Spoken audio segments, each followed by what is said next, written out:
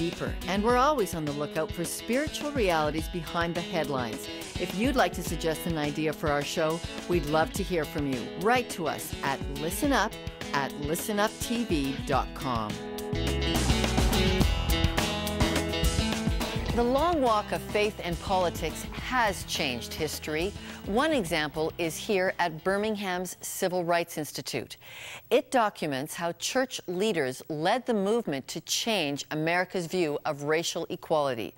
This is the Star Fellowship, Christian leaders from a diverse background who say the push to have faith views involved in new frontiers of America's challenges isn't going to end.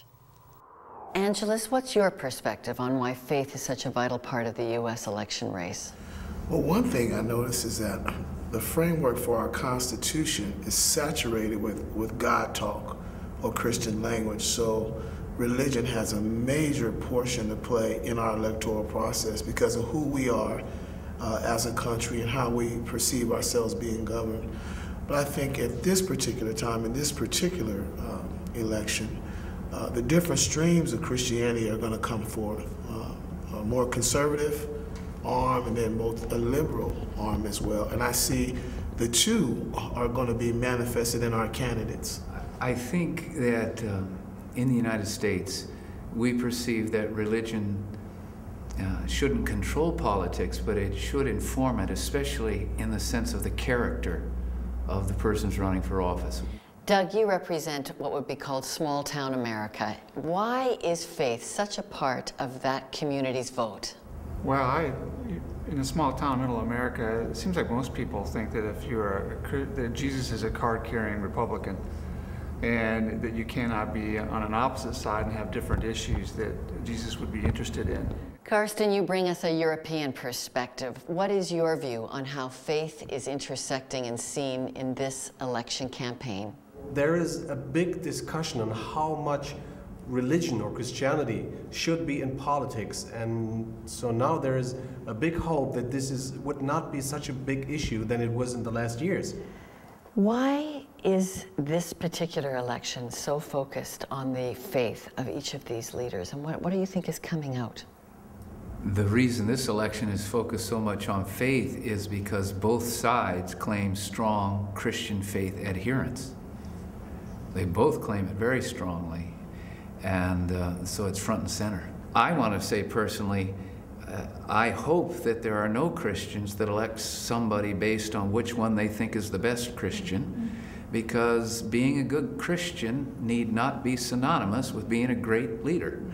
Doug, what are some of the issues that you as a pastor think Christ would want this campaign to be about? Issues of compassion, issues of an equal society for all, social justice, the poor, what are we doing? Not just the rich are getting richer, but how is everyone who lives in America profiting from the fact that they live here and can be a contributor to this society? Well, as I work with students, one of the things I like the most is they care deeply about the social injustices. They care about the atrocities of sex trafficking. They care about poverty. They care about racism, and I agree about that. I think where our country is today, we're hurting economically, tremendous social issues. So if Jesus was speaking to our culture today, I think he would echo Micah 6:8, which says to simply love your neighbor, do justly, and walk humbly with your God.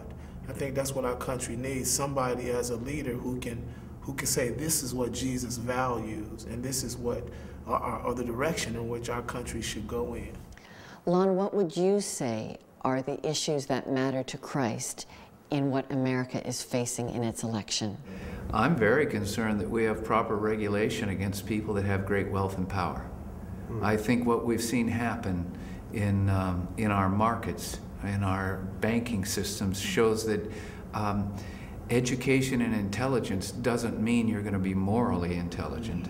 And we're seeing great amounts of wealth, and especially retirement programs for people who have very little just being washed away because of very poor decisions made. So I think that's one of the issues Jesus would speak into rather strongly, And he did. Wherever he saw wealth abused, he spoke at it very strongly. The whole climate change issue is such a big thing in Europe.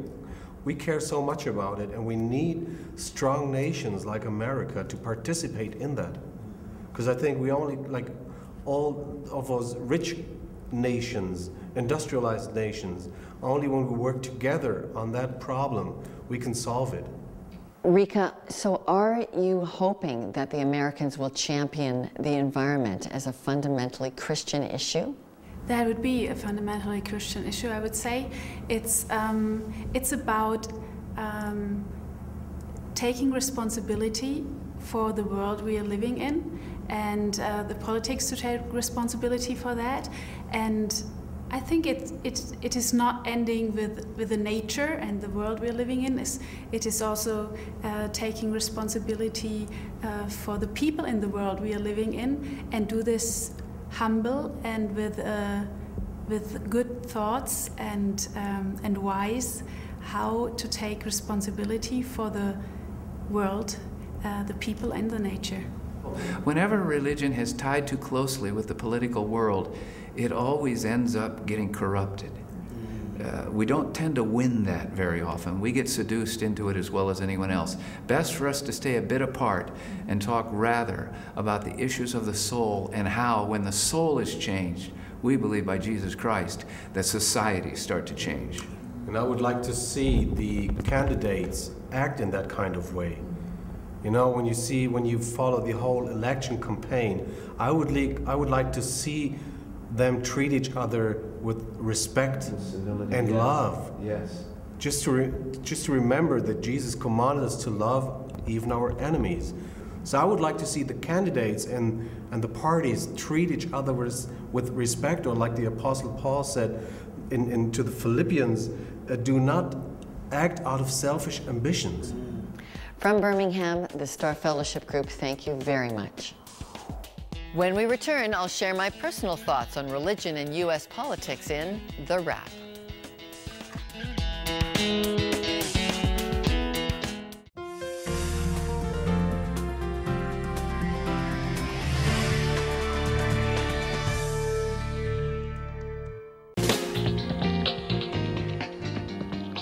Rick Warren said it off the top of our show. Faith does have a place in politics because faith is just a worldview.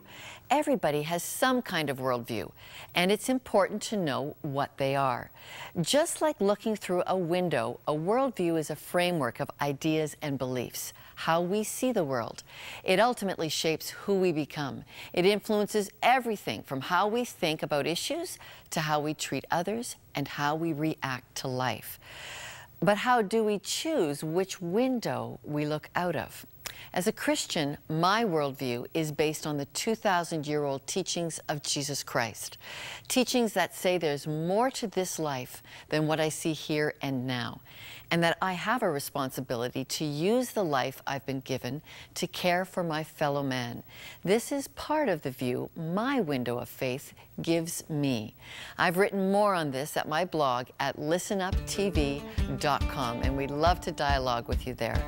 I'm Lorna Duick. For all of us at Listen Up TV, thanks for watching.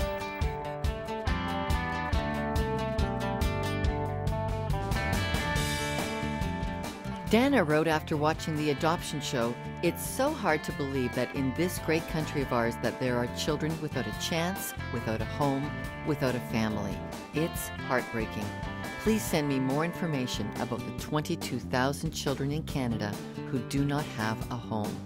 If you want to find out more about the need for adoption in Canada, contact us. Listen up at listenuptv.com.